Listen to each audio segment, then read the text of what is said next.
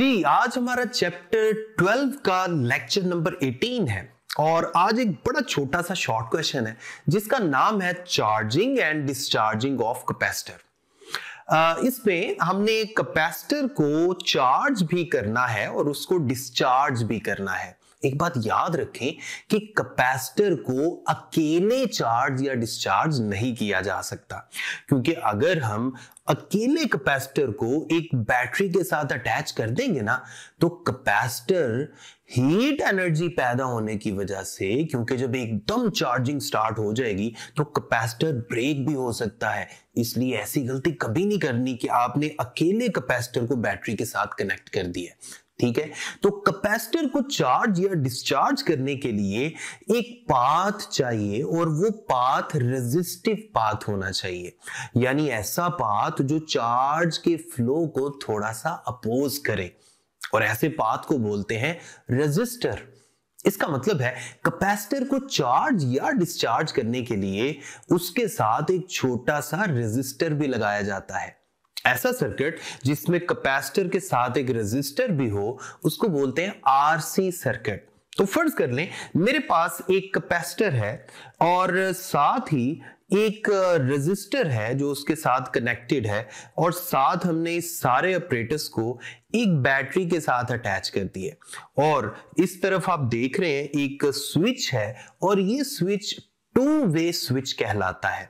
आप देख सकते हैं दरमियान में आपको एक वायर नजर आ रही है, इसको आप पॉइंट बी का नाम दे दें, ये वाला जो टर्मिनल है, और नीचे वाला जो टर्मिनल है दैट इज पॉइंट ए, और नीचे एक बैटरी लगी हुई है। बैटरी का फर्ज कर लें जो पोटेंशियल डिफरेंस है वो V नॉट है, और उस तरफ बैटरी का पॉजिटिव है और इस तरफ बैटरी का नेगेटिव है। अब देखें, सबसे पहले मैं कैपेसिटर की चार्जिंग को डिस्कस करता हूं। कैपेसिटर की चार्जिंग के लिए मैं क्या करूंगा, मैं इस स्विच S को A के साथ कनेक्ट कर दूंगा। जब मैं स्विच S को A के साथ कनेक्ट करूंगा ना तो आप गौर करें सर्किट का ये बड़े वाला लूप कंप्लीट हो जाएगा, यानी सर्किट के अंदर बैटरी जो है वो अपना रोल प्ले करना शुरू हो जाएगी। तो होगा क्या, कैपेसिटर की वो वाली प्लेट जो बैटरी के पॉजिटिव टर्मिनल के साथ कनेक्टेड है उस पर पॉजिटिव चार्ज आ जाएगा, और कैपेसिटर की इस तरफ वाली प्लेट जो बैटरी के नेगेटिव के साथ कनेक्टेड है उसके साथ नेगेटिव चार्ज आ जाएगा। यानी जितना उस पर पॉजिटिव उतना ही इस पर नेगेटिव चार्ज आता जाएगा। फर्ज कर लें उस पे प्लस क्यू है और इस पे माइनस क्यू है, और ये चार्जिंग का प्रोसेस मुसलसल होता जा रहा है। ठीक है, चार्जिंग होते होते फर्ज कर लें कैपेसिटर की दोनों प्लेट्स में से किसी भी प्लेट की आप बात कर लें, चाहे पॉजिटिव है चाहे नेगेटिव है, उस पे ज्यादा से ज्यादा चार्ज जो स्टोर होना है ना, फर्ज कर लें उसको हम क्यू नॉट का नाम दे देते हैं। ठीक है, अब मैं एक छोटी सी इक्वेशन लिखूंगा जो इक्वेशन हमें यह बताएगी कि किसी भी गिवन टाइम में कैपेसिटर की प्लेट पे कितना चार्ज स्टोर्ड है। अब इस इक्वेशन का प्रूफ हमने नहीं करना इस लेवल पे, ये हम थोड़ा हायर लेवल पे करवाते हैं, लेकिन फिलहाल आप इस इक्वेशन को देख सकते हैं। देखिए ये इक्वेशन है हमारे पास, Q is equal to Q not bracket के अंदर 1 माइनस e की power minus T divided by R C. इसमें R जो है रेजिस्टर की रेजिस्टेंस है, C कैपेसिटर की कैपेसिटेंस है, और Q नॉट मैक्सिमम चार्ज है जो कैपेसिटर की प्लेट पे स्टोर होगा। अब यहां मैं बड़ी एक इंटरेस्टिंग चीज आपको बताने लगा हूं, जरा गौर कीजिएगा। अगर मैं ऊपर जो E की पावर है T divided by R C, अगर मैं T की जगह आर सी पुट कर दूं तो देखें आरसी से कैंसिल हो जाएगा, वहां पर E की पावर -1 रह गई। जब E की पावर -1 है तो आप उसको 1/E भी लिख सकते हैं, और 1/E पता कितना होता है, 0.37। अब ब्रैकेट के अंदर 1 में से 0.37 को अगर मैं माइनस करूं तो मेरे पास बचेगा 0.63। तो आपके पास Q की वैल्यू आ गई 0.63 टाइम्स Q नॉट।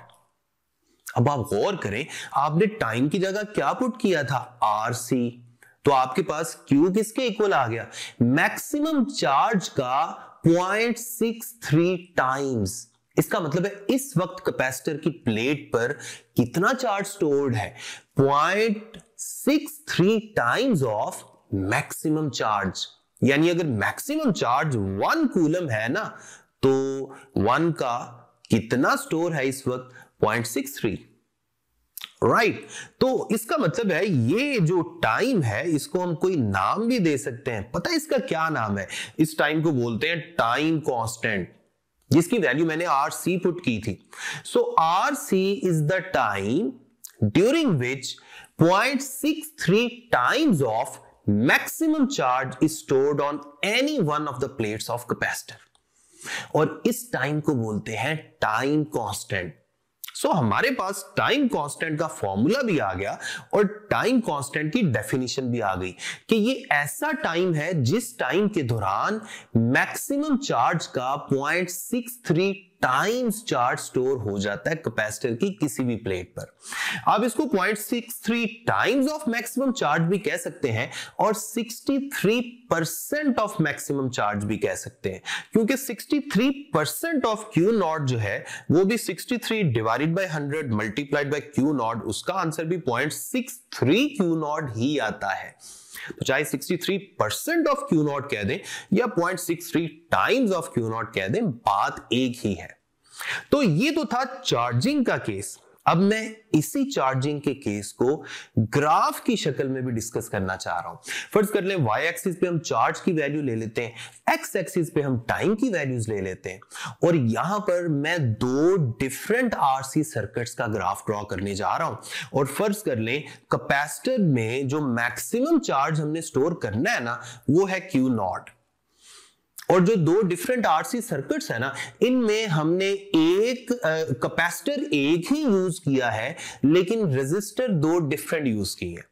यानी फर्ज कर लें एक ऐसा RC सर्किट है जिसमें कैपेसिटर की वैल्यू C है और रेजिस्टर की वैल्यू R है। ये जितनी भी है बहरहाल इनका जो प्रोडक्ट है यानी R और C का जो प्रोडक्ट है वो कंपैरेटिवली छोटी वैल्यू आती है। और एक दूसरा RC सर्किट है जिसमें कैपेसिटर तो वही था लेकिन रेजिस्टर हमने थोड़ा बड़ा लगा दिया, जिसकी वजह से R और C का प्रोडक्ट यानी टाइम कांस्टेंट इसकी वैल्यू थोड़ी सी ज्यादा आती है।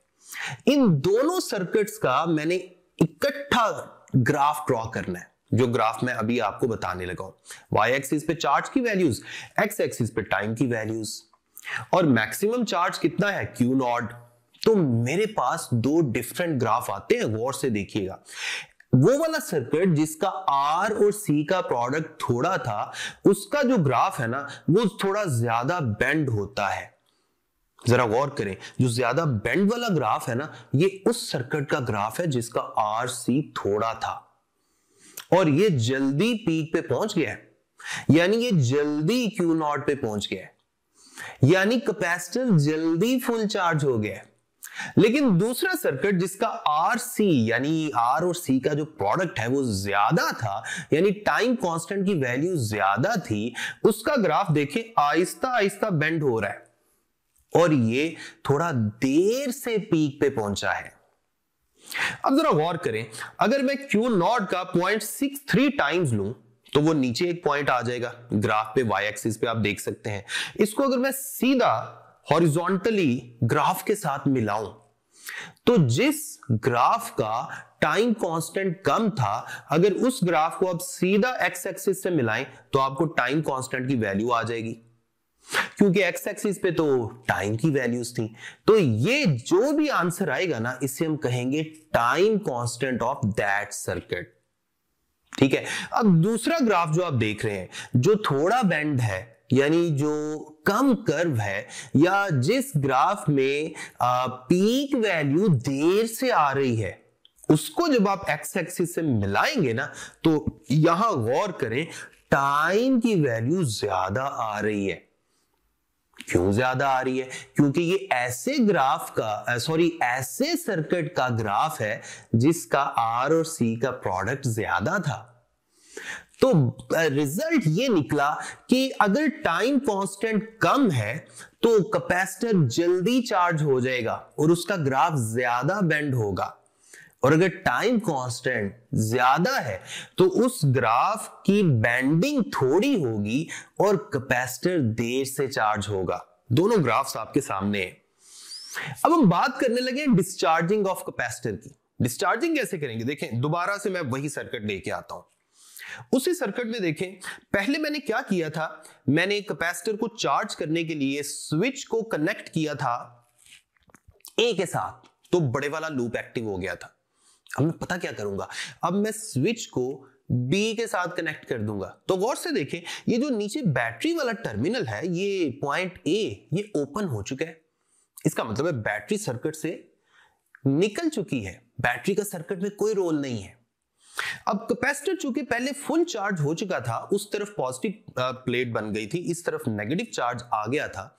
तो अब क्या होगा, अब पॉजिटिव चार्ज यहां से नेगेटिव प्लेट की तरफ आएगा और उसको न्यूट्रलाइज करना शुरू कर देगा। यानी हम कह सकते हैं, now this capacitor has been discharged. Capacitor अब डिस्चार्ज हो रहा है। और अगर मैं कन्वेंशनल करंट की डायरेक्शन देखूं तो वो ये बनेगी, पॉजिटिव से नेगेटिव की तरफ। राइट नाउ ये जो कैपेसिटर है ना, ये सोर्स ऑफ करंट का काम कर रहा है और ये डिस्चार्जिंग रेजिस्टर के थ्रू हो रही है। अब ये काम चलता जाएगा, चलते चलते कैपेसिटर फाइनली डिस्चार्ज हो जाएगा। यानी कैपेसिटर की दोनों प्लेट्स पे जो पॉजिटिव और नेगेटिव चार्ज था ना, ये आपस में मिल मिल के न्यूट्रलाइज होता जाएगा और इवेंचुअली कैपेसिटर की प्लेट पे रिजल्टेंट चार्ज, फाइनल चार्ज कितना हो जाएगा? 0। अब यहां भी सेम वैसे ही हम बात डिस्कस कर सकते हैं। कैपेसिटर की डिस्चार्जिंग के दौरान कैपेसिटर की किसी भी प्लेट पर जो चार्ज मौजूद होता है ना, उसकी वैल्यू मैं आपको लिखवा देता हूं। जैसे मैंने थोड़ी देर पहले आपको चार्जिंग के लिए फॉर्मूला लिखवाया ना, यहां डिस्चार्जिंग के लिए भी फॉर्मूला होता है और ये फॉर्मूला है Q is equal to Q not E की power minus T divided by RC। यहां भी अगर हम T की जगह RC पुट करें ना, तो आपके पास E की पावर -1 बन जाती है और वो 1/E हो जाएगा। और इस इक्वेशन में जो Q है वो Q not multiplied by 1/E आ गया। और 1/E किसके इक्वल होता है? मैंने आपको बताया था 0.37। इसका मतलब है इस वक्त जो कैपेसिटर की प्लेट पे चार्ज मौजूद है ना, वो Q नॉट का 0.37 है। अगर आप गौर करें, ये चार्ज इस वक्त मौजूद है, तो जो निकला है, ये जो चार्ज डिस्चार्ज हुआ है, वो कितना होगा? जाहिर बात है ये 0.37 है, तो बाकी कितना बचा? 0.63। यानी 0.63 टाइम्स ऑफ Q नॉट निकल चुका है और बाकी इस वक्त कितना मौजूद है? 0.37 Q नॉट। तो ये वाला जो टाइम है ना, जिस टाइम के दौरान 0.37 बच गया है और 0.63 निकल गया है, इस टाइम को भी टाइम कांस्टेंट ही कहते हैं। और आप गौर करें, इसका फॉर्मूला भी वही आया है जो चार्जिंग के केस में टाइम कांस्टेंट का आया था। इसका मतलब है टाइम कांस्टेंट यहां भी वही है, टाइम कांस्टेंट की वैल्यू यहां भी वही है, फॉर्मूला यहां भी वही है। अगर RC सर्किट सेम है तो चार्जिंग और डिस्चार्जिंग का जो टाइम कांस्टेंट है वो भी सेम आएगा। तो चलें अब हम डिस्चार्जिंग का ग्राफ देखते हैं। डिस्चार्जिंग का ग्राफ कैसा होगा? देखिए, दोबारा से y एक्सिस पे मैं चार्ज ले लेता हूं और x एक्सिस पे मैं टाइम की वैल्यूज ले लेता हूं। देखिए, पिछला ग्राफ स्टार्ट हुआ था 0 से और वो पीक तक गया था, लेकिन ये ग्राफ पीक से स्टार्ट होगा और वो 0 की तरफ आएगा, क्योंकि यहां डिस्चार्जिंग हो रही है। कैपेसिटर की प्लेट पे पहले ही काफी सारा मैक्सिमम चार्ज मौजूद है। तो अब आप गौर करें, जो पिछला ग्राफ आया था ना, ये ग्राफ उसी का मिरर्ड इमेज होगा। यानी उसी ग्राफ को ऐसे कर दे तो आपको डिस्चार्जिंग का ग्राफ मिल जाएगा।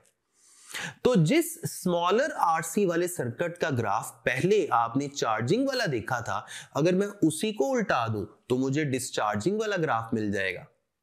यानी अब ये ग्राफ इस तरह से नीचे आएगा और जो ज्यादा RC सर्किट वाला ग्राफ था ना, वो भी ऐसे ही नीचे आएगा, लेकिन इसकी बेंडिंग थोड़ी होगी।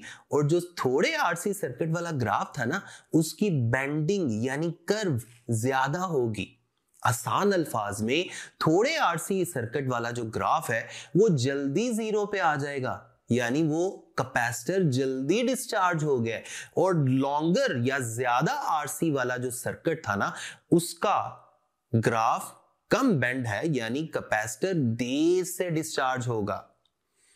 इन शॉर्ट, इस सर्किट को भी इस ग्राफ को भी अगर मैं उसी तरह से पॉइंट आउट करूं, जरा गौर करें, इस ग्राफ में, डिस्चार्जिंग वाले ग्राफ में एक पॉइंट ढूंढे, मैक्सिमम पॉइंट तो क्यू नॉट था, और अब आप नीचे एक पॉइंट ले आए 0.37 क्यू नॉट, उसको सीधा ग्राफ के साथ मिलाएं और इन ग्राफ्स को बाद में ग्राफ के ऊपर जो पॉइंट आया उसको सीधा एक्स एक्सिस पे मिला दें, तो आपको दोबारा एक्स एक्सिस पे टाइम कांस्टेंट की वैल्यूज मिल जाएंगी।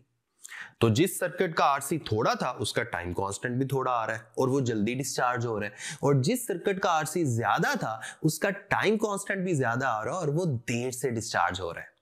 अब आप अगर चार्जिंग और डिस्चार्जिंग वाले ग्राफ को इकट्ठा देखें तो आपको दोबारा वही बात पता चलेगी जो मैंने पहले बोली थी। चार्जिंग वाला ग्राफ जो है, इसको अगर मैं ऐसे उल्टा दूं तो डिस्चार्जिंग वाला ग्राफ बन जाता है। सो ये था चार्जिंग और डिस्चार्जिंग के बारे में कुछ थोड़ी